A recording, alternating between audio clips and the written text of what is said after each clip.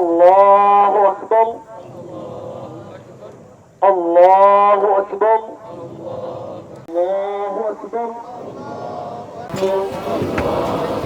dadweyne aad u fara badan oo ka kala yimid degmooyinka gobolka Banaadir iyo deegaanada ku teesan iyo dadka degan deegaanka Daarusalaam ee magaalada Muqdisho ayaa saakay salaada Ciidul Fitriga si wada jir ah halkaasi ugu oogay. dadkan ayaa isugu soo baxay goob fagaara ah oo loogu talagalay inay noqoto maslaxa maalinta ciida. dadka ay ku dukanayaan deegaanka Daarusalaam oo ah deegaan bilic wanaagsan isla markaana laga hirgeliyay goobo dalxiis oo dhameystiran iyo guryo casri ah ayaa dadka reer Muqdisho ciid kasta ay u damaasha tagaan. dadkan ayaa ahaa kuwa aad u fara badan oo wajiyadooda laga dheehan karayay farxadda munaasabadda Ciidul Fitriga iyagoo aad isugu hambalyeynayay maalintan ciida. qaar ka mid ah dadkan u soo ciiday Daarusalaam ayaa muujiyay dareenkooda ku aadan farxadda iyo sidoo kale hambalyada Ciidul Fitriga iyo sida ay u arkaan in ay ku ciidaan ama ay waqti ku qaataan Daarusalaam iyaga iyo ehelkooduba. kadib markii ay dadkan ay dukadeen salaada ciida ayay u dareereen beerta weyn ee dalxiiska ee Daarusalaam halkaas oo ay ku dhan yihiin dhammaan agabka maaweelada carruurta, xayawaano nuucyo kala duwan oo ay dadku daawanayaan, goobo nasasho oo heer sare ah, maqaayado iyo sidoo kale qaybaha kala duwan ee dalxiiska.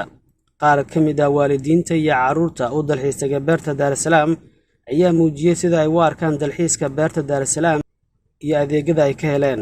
waxaa waa Ismaaciil Mahad Muumin waxaana ka soo ciidaystay degmada Yaaqshiid gaar ahaan xaafadda Jungle. waana ku faraxsanahay inaa maanta halkan aan joogo maasha Allah. bal ka waran iidan sida kaga qayb qaadanaysid waxay kaaga duwan tahay iidii hore? iidan wallahi iidii hore wax badan iga duwan tahay sababtoo iidii hore waxa meelo saan barxada saan u waaweyn ma heli jirin. hadda maanta barxadan aad u weyn iyo jawigan degan waa ku faraxsanahay inaa maanta inta soo booqdo waana jeclaan lahaa inaa mar kale soo booqdo soo laad. salaadii ciidda dukatay hadda maxaa ku qorshaysan oo tilaawa inaad qaado? hadda waxaa ii qorshaysan inaa ka faa'iideysto fursadan oo macnaha inaa dadka la wadaago farxadda ciidda. wax kale oo dheeriya ii qorshaysan ma jiro. yaa salaamaysa waxay salaamaa dhammaan familkayga kala qaadqaadaya iyo ummadda islaamka waxaan leeyahay ciid mubaarak kullu caam wa antum bikhayr taqabbal Allahu minna wa minkum saalih al-a'maal. ciid mubaarak all muslimiin ciid mubaarak dhaha.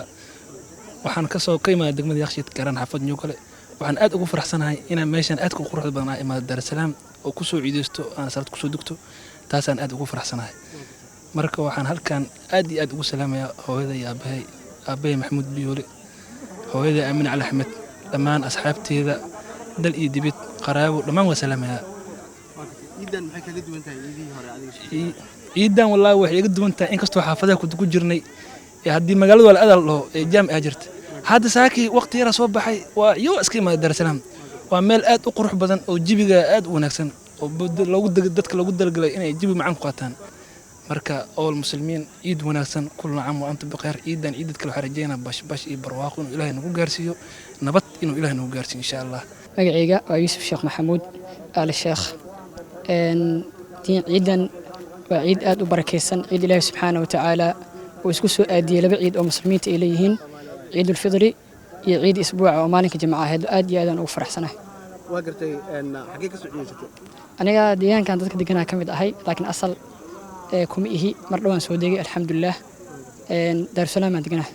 iidan sida uga qayb qaadanaysaa adiga? ciidan waxaan leeyahay dadka muslimiinta meel walba ay joogaan ciid wanaagsan taqabbal Allahu minna wa minkum saalih al-a'maal. adoo fursada ka faa'iideysanaya salaamaysa? waxaan salaamayaa dhammaan walaalahayga iyo familkayga khaasatan hooyadii iyo aabahayga. waxaan leeyahay cimrigiina Allah dheereeyo, cibaado subanna Allah idinkugu daro. oo ku faraxsanahay maantay oo maalin ciideed oo muslimiinta dhammaan oo faraxsan yihiin soo soomneen hal bil.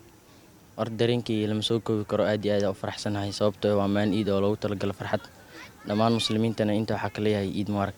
intee ka soo ciidaysatay sidee ciid uga qayb qaadanay? waxaa ka soo ciidaystay deegaanka Dabaqiin xaafadda suuqa xoolaha anoo saakay u soo aaday meeshaan inaa dadkan kumanaan qof kula tukado meeshaan. ciidan waxaa uga qayb qaadanaa si aad iyo aad farxad leh oo wanaagsan. waa gartay adoo ka faa'iideysanaya fursadda ayaa salaamaysaa? waxaa salaamayaa dhammaan muslimiinta ku nool Muqdisho iyo dhammaan meel walba Soomaaliinta caalamka ku nool yihiin. halkaana waxaa ka salaamayaa hooyaday aabbahay, hooyaday Ubax, aabbahay Qaasim Barre, dhammaan walaalahey iyo wixii ehelkayga iyo saaxiibkay Cabdiraxmaan Cabdinaasir Tiiri. maamulka beerta Daarusalaam oo la hadlayay warbaahinta ayaa faahfaahin dheeraad ah ka bixiyay sida ay ugu diyaar garoobeen maalmaha munaasabadda ciidda iyo adeegyada ay ugu talagaleen dadka u soo dalxiisay beerta Daarusalaam. xayawaanka doorka jooga beerta wax ka maqan male kulli waa diyaar waaye kullina oo jeedaa afka gacanta loo gelinayo jido kulli rabaayo waxaa jooga waraabo sidii libaxa kaleente jiwisada kaleente kulli waxaa rabaayo waa ka gido marka adiga uu qoninay laakiin qof kale haduu meeshii ما قف كستور بايو دعوة كيف عوا وكل اللي وحسك تطبق جنة وكل